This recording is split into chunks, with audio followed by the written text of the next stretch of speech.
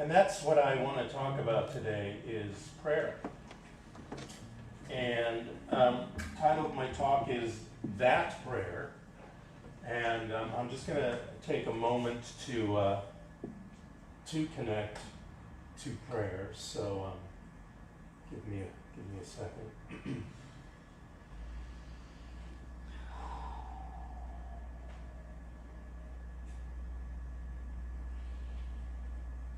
Our Father which art in heaven, hallowed. Yes, Don't interrupt but you me. called me. I didn't call anybody. I'm praying. Then Our you Father- did it again. Did what? Called me. I don't know about the father part, whatever floats your boat, but here I am. That I am. What's on your mind? You don't sound like a father. Let's not get into gender discussion here. You want to unify with the universe or not? I was just saying my daily prayer. I thought the Lord's Prayer might be a nice change of pace to do the D to deed. D. Yeah. All right, if you say so. Go on. Hallowed be thy name. Hold it. What do you mean by that? By what? By hallowed be thy name. I don't know what it means. It's just part of the prayer. Thy kingdom come, thy will be done. Do you really mean that? What? What you just said? What do you... What are you doing about it? I just thought it'd be great if maybe you had control over everything Up down there, here. down here? What are you talking about? Oh, never mind. Have you listened to yourself when you're not, as you say, praying? I go to church. That isn't what I asked you. What about your self-talk? The woe is me attitude or the lack in limitation issues you have sometimes. And what about the kinds of books you read and what you watch on TV? What do you feed your mind with, my friend? Okay, stop picking on me. I'm just as good as the rest of It's these. not a competition. And excuse me, I thought you were calling on me to connect with and reveal better experiences into your life. All right. I guess I have a couple of hang-ups here.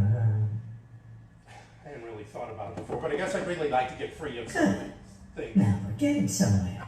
We'll work together. You just know the what, and I'll take care of the how. Okay, but look, ma'am. Not necessary. What? The ma'am. Oh, sorry. Presence, essence, spiritual. Whatever. Okay, look, I need to finish up here. It's taking longer than usual. You Give could us cut out the this- bread. It would help you drop a few pounds. the bre- what is this? Criticize Jay Day? Here, I was doing my religious duty. All of a sudden, Praying you're. can be a dangerous thing, Jay. You could wind up changed, you know.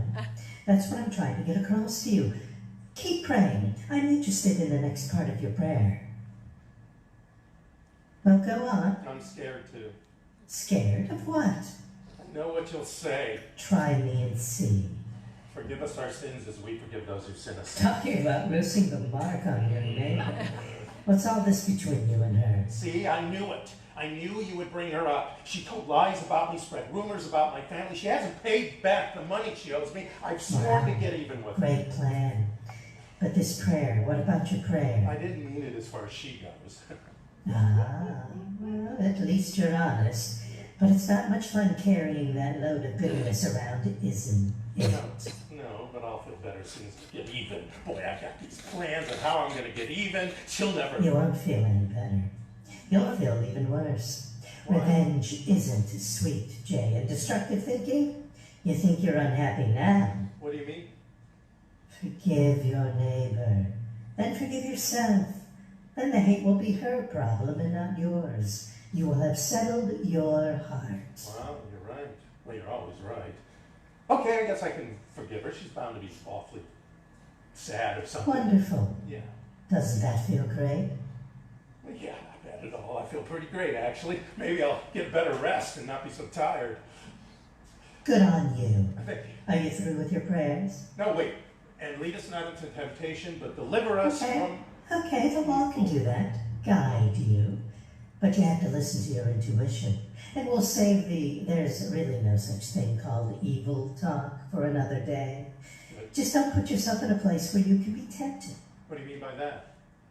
Don't turn on the TV when you know the laundry needs to be done or something like that. When you spend time with your friends, if you find yourself always complaining and whining, or you can't influence the conversation to positive things, perhaps you should rethink the value of your thinking and maybe those friendships as well. And another thing, your neighbors and friends should not be your standard for keeping up. Stop with the keeping up already. And please, don't use me as an escape hatch. Well, I don't understand the last one. Sure you do. You've done it lots of times.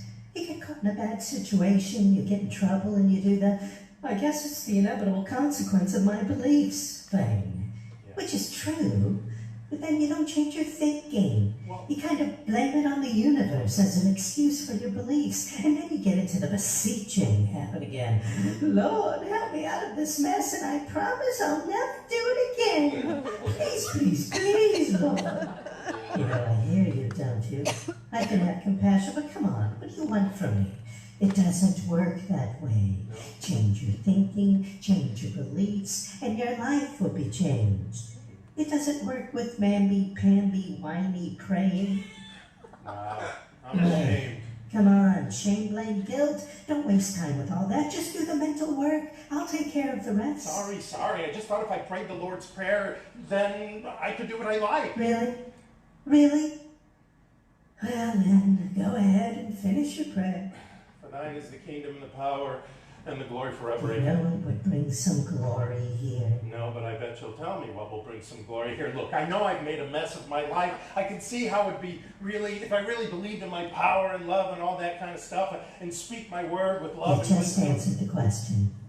What? Yes, that is the kind of thinking that would bring glorious experiences into your life.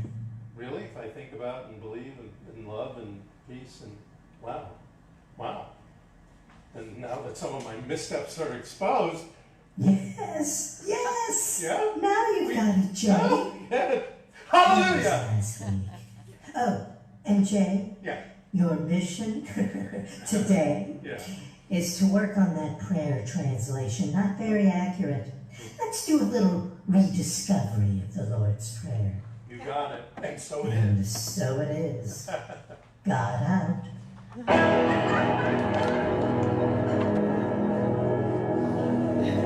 Okay. Well, something about this room. I'm hearing things a lot in this room, I guess. So I want to talk to you about a little story a couple of thousand years ago. This nice Jewish boy stood up on top of a hill, sort of like up there, a mount, you might say, and he gave a little talk on how to pray. So today I want to talk about the prayer, as I talked about in the little skit there. I want to rediscover the Lord's Prayer. Now what's interesting is I was brought up Jewish, so the Lord's Prayer is what? We know nothing about the Lord's Prayer, because that's in Matthew and Luke, and that's not a book I was brought up with, books that I was brought up with, those Gospels. But, I was brought up with a lot of Catholic friends, and so we heard the song a lot and heard the prayer a lot anyway, even though it wasn't in my religious practice when I was growing up. And so, and there are centers that I have spoken at that actually sing the Lord's Prayer in their service every week. And I always wondered why they do that. It seems like it's so not new thought. It's so not our philosophy. And so I wanted to rediscover that. I wanted to look at that section in mostly Matthew about the Lord's Prayer and rediscover it and maybe reconnect with that and see what it's all about. So first of all, I want to talk about the word prayer. Now, you're gonna see that throughout the rest of my talk here, I'm going to use a lot of the Aramaic, which you won't have to understand because I'll explain it all. Now, the Aramaic word for prayer is slotha. Now, slotha, interestingly enough, doesn't mean to pray. It's how it got translated over the centuries. What it means is to trap, to capture, to be receptive to, or to be attuned to the presence of spirit that's within and reveal its wisdom. So you're trapping it. You're putting it in this box called you. This joy, this divinity. And it's like a radio dial, you know. You kind of dial in when you're doing prayer, when you're doing meditation. You dial into the frequency of the divine, or of spirit, or of God, whatever you want to call it. Now, the Lord's Prayer is a gospel in itself. And the word gospel actually translates to a joyous word.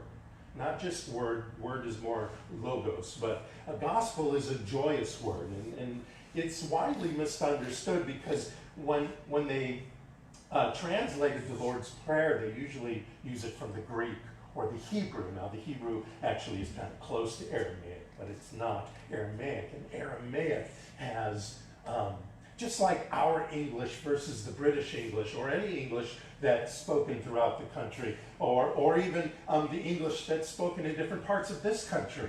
There's vernaculars, there's cultural things. Before the 20s, people didn't say cool. Before the 50s, probably no one said keen.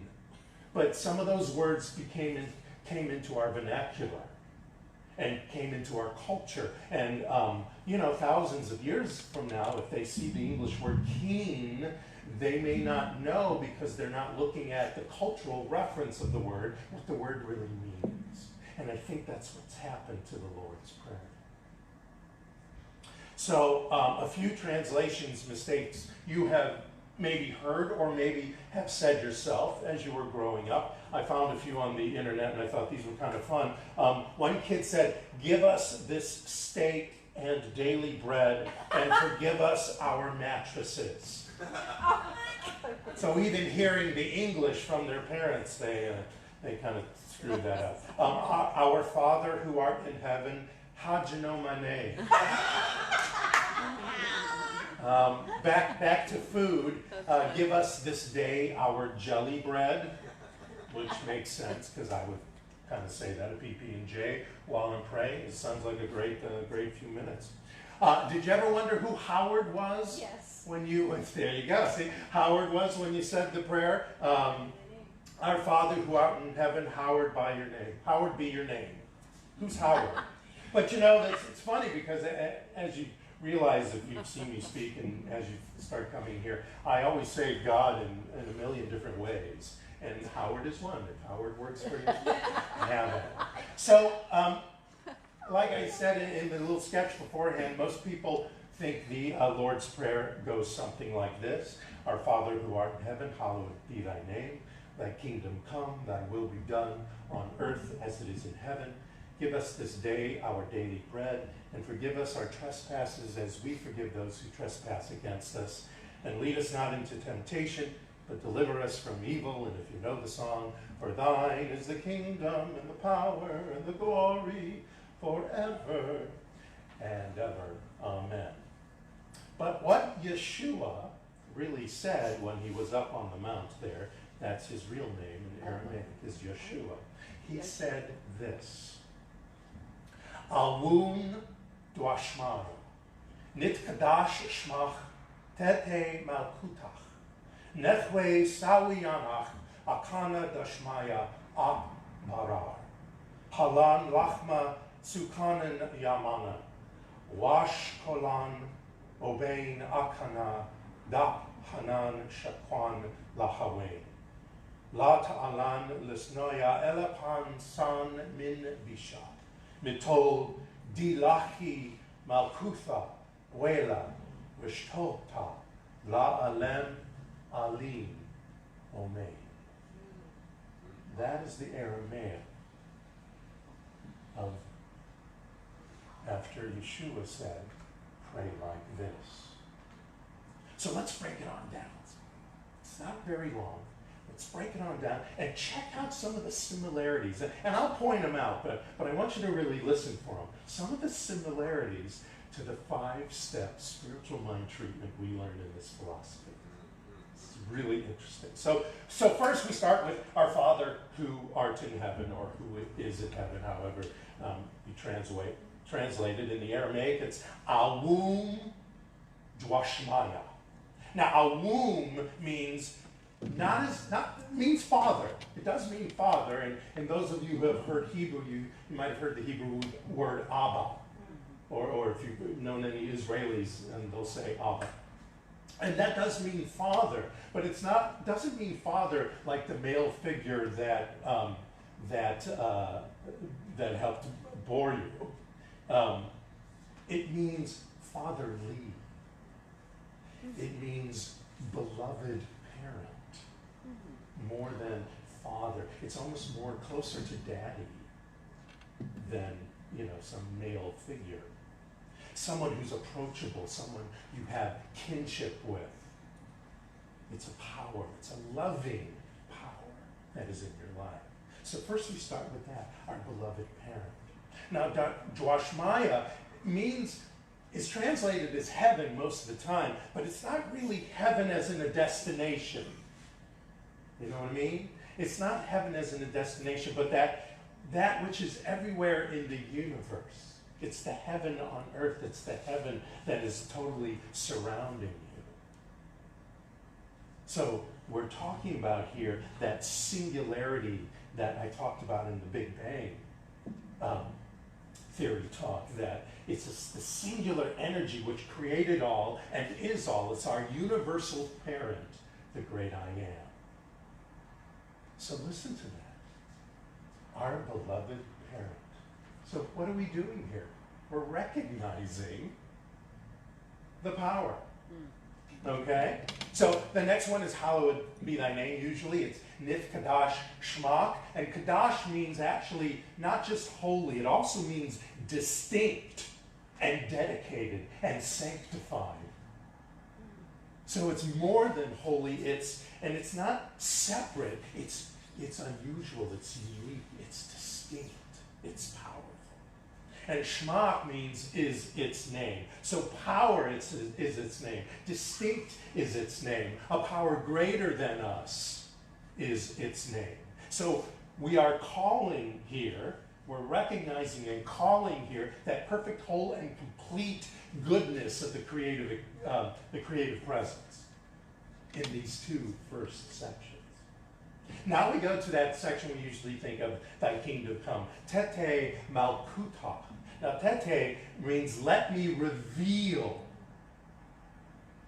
Let me reveal. Not thy kingdom come is an invitation. So think of that. It's an invitation. So now we're unifying. We're saying we see you, we know about you, power, that creative power, that creative parent, that beloved parent. We see you. Now, that's great. Now we want to unify with you. So let me reveal, let me turn to you. And Malkuthak actually means, it's not so much kingdom. Kingdom is one of the translated words. But the other one is divine counsel. So, because kingdom, we start thinking more often than not, male, because the kingdom and king. They don't change the word when it's a queen to queendom. But, so you think of kingdom, you think of, you're some serf in this, big city. But that's not really what it is. It's we're unifying with the divine counsel, the advisor, the smartest of smarts, the wisest of wise. Now we move on to thy will be done on earth as it is in heaven. Nechwe sawi nach akana dwashmaya akbarar. So nechwe sawi yan nach means let it be your will. So it's similar, thy will be done. Let it be your will, but not like force. Your will like your desire. I desire this. I will this. I declare this. I invite this. It's pleasure, like a good parent would give you. A good parent gets and gives pleasure by making your life better, whatever that means. Whether it's teaching you something, whether it's providing you food, etc., etc. Akana Dashmaya, as in the universe. Now, again, we're talking about, they say heaven a lot, but it's more expansive than heaven. or what most people think heaven is. It's the entire universe. It's everywhere. Up, down, sideways, diagonal. It's a state of being, though. So now we're tuning in to this loving force, this state of being. We are unifying it. And Akbarar means so too on the earth or on this planet. So they could say this, really, actually, in another planet, in another language. Because it's not about the earth as in the planet Earth, but the earth as in the ground that we are on. It's more of a place. Now, we jump to a new section here. Now, for those of you who know spiritual mind treatment, the third section is the revealing section, the declaring section, where we reveal into our lives that which we desire. And that could just be vibrating at the speed of the mind. It may not be, I want a new microphone or a better job or whatever. It might just be, I want to connect. And I want to know that I'm connected, and I want to know that I'm walking around connected. So here, we're starting the reveal and declare section. And usually they say, give us this day our daily bread. The word in Aramaic is halan lachma tzukanan yamana. Now, halan lachma means provide us bread. Now, interestingly enough, bread in those days, they didn't just mean the thing, bread. That stuff we get out of the package or that stuff we make. Bread very similar to, when did that start, the 50s? Give me some bread, man. It's money, it's everything. Bread is our sustenance. Remember, long time ago, the sustenance of life pretty much was flour, sugar, and a couple other things, oil, protein. So it's not bread as in what we make out of flour of some sort, but it's bread as in that which nourishes us entirely. It's also what we feed into the law.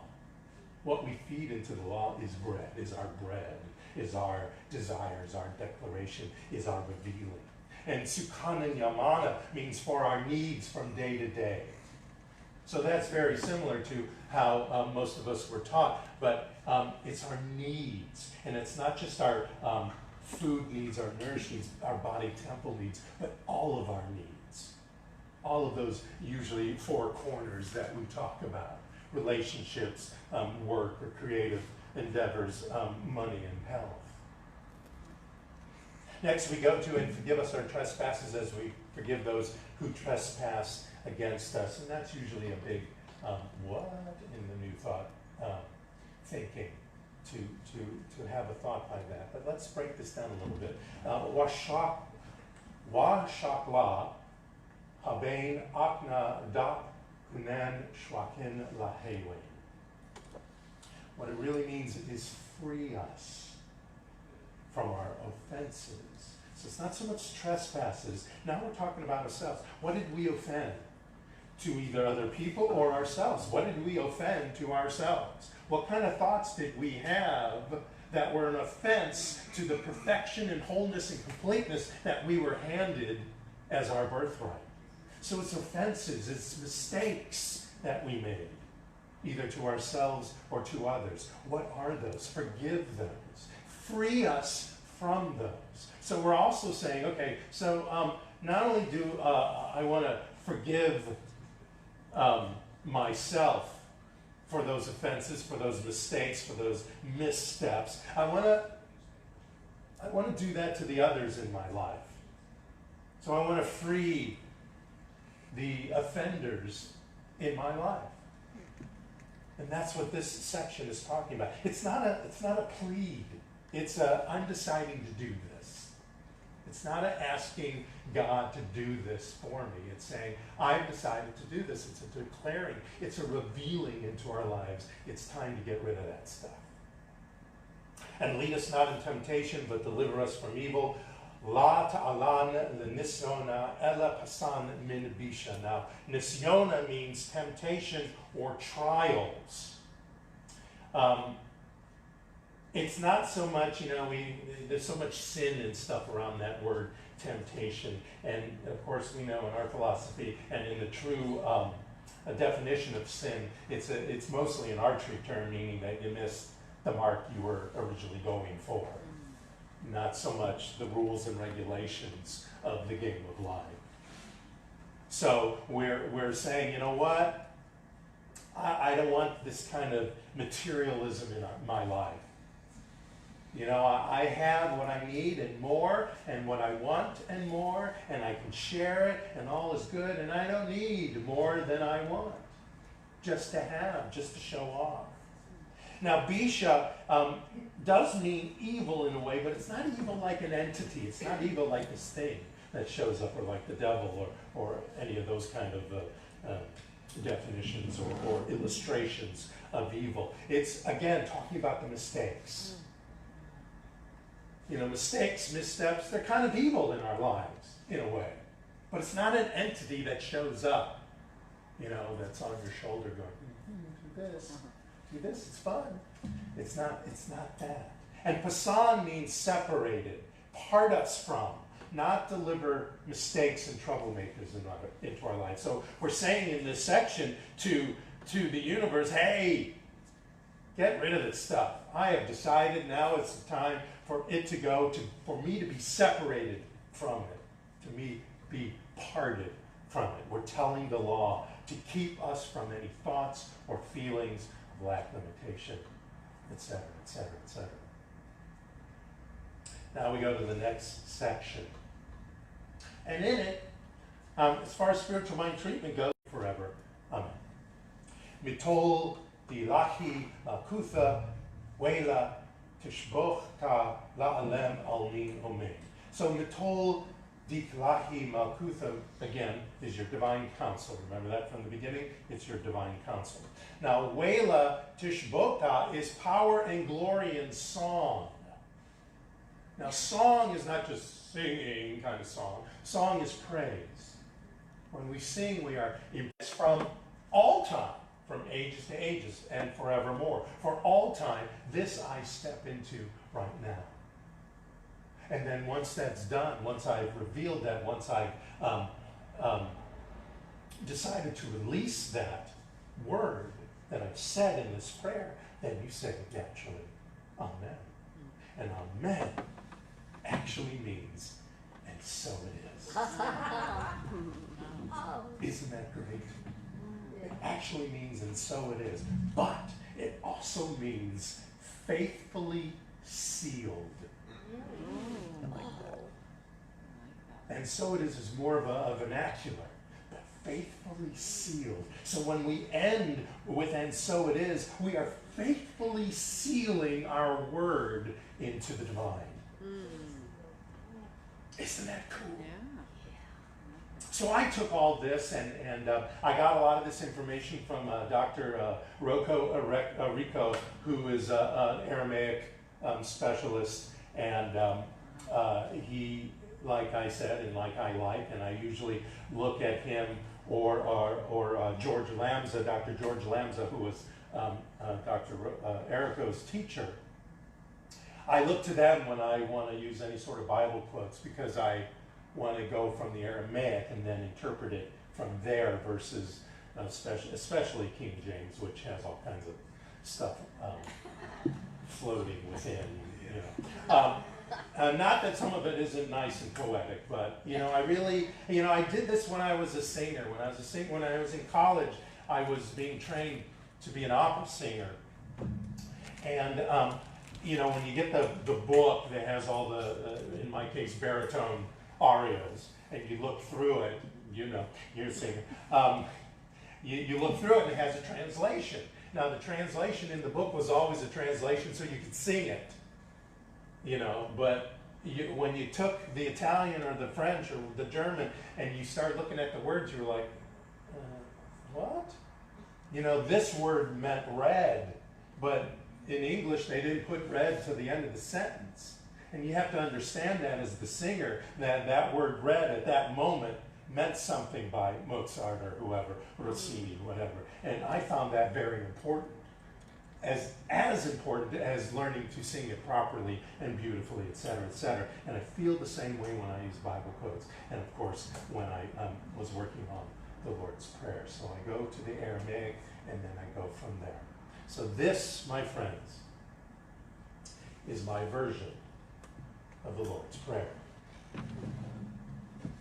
Our beloved parent, mother, father, mind, which is everywhere in the universe, that which is the pure, indestructible, omniscient, omnipresent, all-knowing and all-loving power, the singular energy which created all and is all, quenching the thirst for life in all, the great I am. I take this moment to call upon and reveal your divine counsel and unify with its beauty, power, light, joy, peace, understanding, and wisdom. Let it be your wish and desire on this planet as it is in the universe to flow into my consciousness like the movement of the celestial bodies in the cosmos, filling my life with your blessing of love, health, harmony, and prosperity. I now intentionally receive those blessings and acknowledge my good.